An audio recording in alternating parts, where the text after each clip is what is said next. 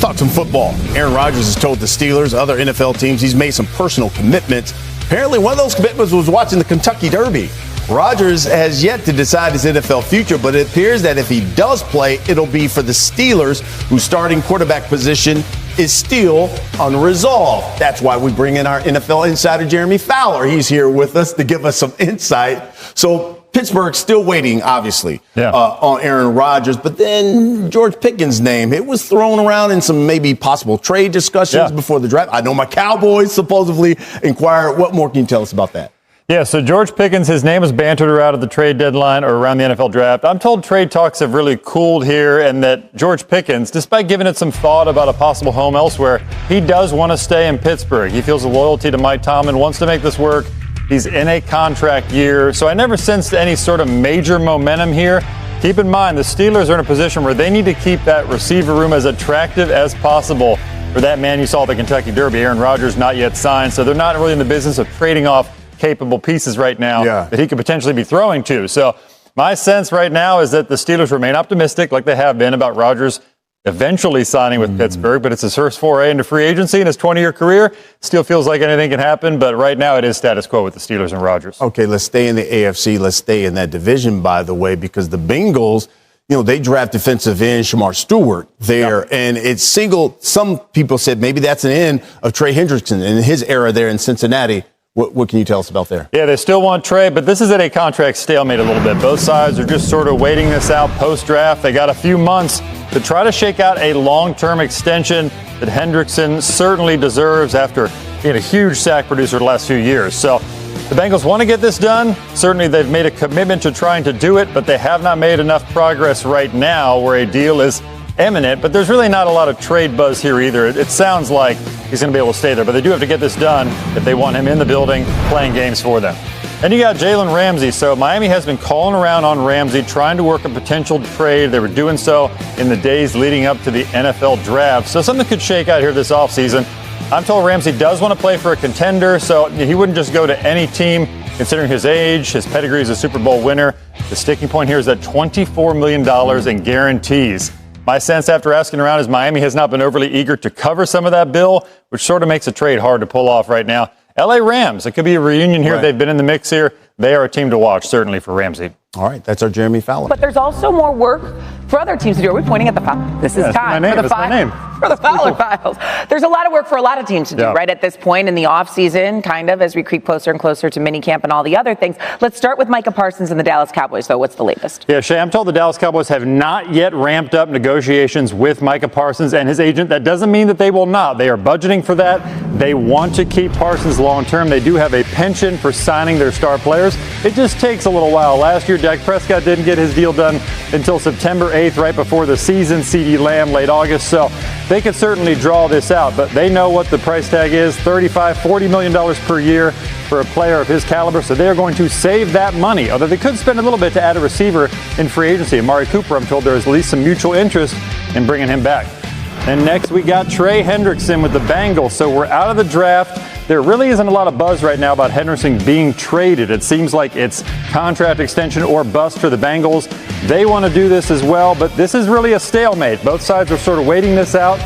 We'll see what gives. And they have to do something because Hendrickson will assuredly miss offseason workouts without a deal. Could even miss some training camp or game action. We'll see how that goes. But he is dug in, I'm told. And you got George Pickens. So coming out of the draft, there was a little bit of smoke, a little bit of trade chatter about them potentially moving Pickens. But right now I'm told that they're going to go forward with the offseason program, and Pickens wants to be with the Steelers. He's in a contract year. He's most likely not getting a new deal with that team. That money went to DK Metcalf.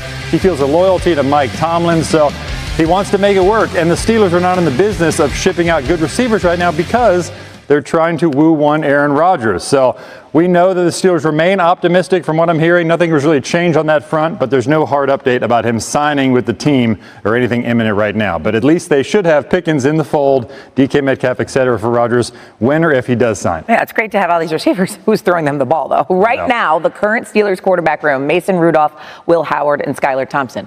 We'll see about Aaron Rodgers, right? We'll reopen the Fowler file. 2025. We got that Jets logo there. He's currently on the market. Who wants him? Well, the Steelers seem to be the team. Yet, is he actually going to play? Because You saw him on McAfee. He said, I've got some personal things to deal with. Yep. I'll tell you this. He told the Giants and the Steelers straight up, I have no timetable. If you want to move on, you can move on. The Giants, they opted to pivot. They went with Russell Wilson and of course, Jameis Winston, and now a rookie. Steelers, Will Howard's the only new quarterback they added. He's a 6th round pick. 2, we got the schedule release, May 14th. It's a couple Wednesdays from now. And I want to see who the Eagles open up with. This, to me, is an interesting one. The NFL usually will pit the teams that they think are going to be relevant at the end of the season. The Eagles schedule some of the teams that they could play at home. Well, the Rams, the Lions, the Bears, and how about the Raiders? Some interesting teams that they could possibly do. And, of course, the entire NFC East is a possibility. Who deserves that prime billing of that Thursday night game? My third one's an interesting one. James Cook. You're like, James Cook? Yeah, we know. Josh Allen's the MVP. A lot of running backs got paid this offseason, including Saquon getting a renegotiated deal that will make him the highest paid running back in the league. James Cook was unbelievable last year. He's entering the final year of his contract. His agent and him have publicly said they want more than $15 million. The Bills have scoffed at that number.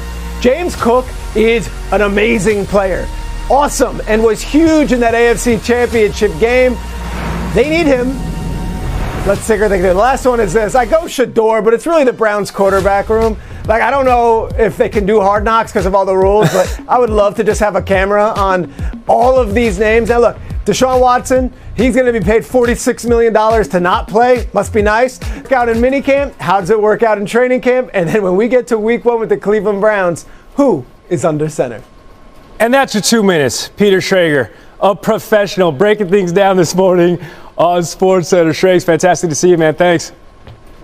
We're joined now by our senior NFL insider, Adam Schefter. I mean, listen, Shador was drafted 2 days ago, and still all anybody wants to know, Shefty, is why. What are you hearing about why he slid to the 5th round? I think it's a confluence of factors, all working together all at one time. You're talking about a player who is a good prospect, not an elite prospect in the eyes of National Football League front office executives. You're talking about not a ton of teams needing quarterbacks, and the teams that needing quarterbacks preferring other quarterbacks like Jackson Dart and Tyler Shuck and even Dylan Gabriel. So you had teams that filled their quarterback need. You had other teams that weren't looking for a quarterback, and you had a player, by all accounts, talking to front offices that basically said that it was not a great interview process for Shador Sanders. It all conspired together to create a situation where we saw him fall to pick number 144. But the truth of the matter is, it really doesn't matter. Because now Shador Sanders gets his chance. Now he gets to go to the Cleveland Browns. Now he gets to show every NFL team, including the Browns, what they missed out on early in the draft. And if he performs in the legendary way, in the word that he likes to use, then all of this will be made to look front offices and coaching staffs look foolish. He gets his say now. Let's see what he can do with it. Yeah, I mean, honestly, you don't want to go in the 5th round, but right now the Browns quarterback room is the island of misfit toys. There's very much a path for him to start. We're going to talk with Jason McCourty coming up about that. A team that a lot of people thought might make a go at Shador Sanders is, of course, the Steelers. They instead, in the 6th round, picked Ohio State quarterback Will Howard. What does that mean about Aaron Rodgers' future there in Pittsburgh? I think they believe and are quietly confident that Aaron Rodgers eventually will come around and sign with the Pittsburgh Steelers. Of course, it's late April. He hasn't done that yet. But if you listen to the Steelers owner, Art Rooney, this weekend, he sounded a tone of optimism and confidence that eventually Aaron Rodgers will wind up in the Steel City with the Steelers. That is the expectation. Aaron Rodgers himself has not said what he's ready to or not to do just yet, but the Steelers are operating like they are confident that Aaron Rodgers will be in the fold. They talked about adding a couple more quarterbacks to go along with Mason Rudolph and Skylar Thompson. One came this weekend, Will Howard. Now they wait for the other in Aaron Rodgers. Okay, there's also another veteran quarterback whose future is really up in the air, and I'm talking about Falcons backup Kirk Cousins. What's the latest that you're hearing about him? Well, to me, this would be, in the eyes of people across the league, the backup plan in Pittsburgh if Aaron Rodgers decided not to come back to the Steelers. Because then Kirk Cousins would be a veteran quarterback that would have some appeal and draw some interest from some teams. Right now, we saw all these teams fill their quarterback needs. We saw the Cleveland Browns, who really couldn't have afforded to trade for Kirk Cousins anyway, draft 2 quarterbacks, Shedeur Sanders and Dylan Gabriel. We saw the Minnesota Vikings trade with Seattle for quarterback Sam Howell. Really, the only team right now that has a pressing quarterback need is the Pittsburgh Steelers. And the Pittsburgh Steelers are waiting for Aaron Rodgers. But if Aaron Rodgers doesn't come through and decides he doesn't want to play, then I would think Kirk Cousins would figure to be on the Steelers' list of potential replacements. And if Aaron Rodgers goes to Pittsburgh, what that would mean to Kirk Cousins would be he might have to wait for another team to suffer some type of setback at the quarterback position, an injury, just to see what happens. Because right now, there's a real possibility he could be going to camp with the Falcons. Yeah, I mean, he tied for his most in a career in interceptions with 16 last season. Had a really good start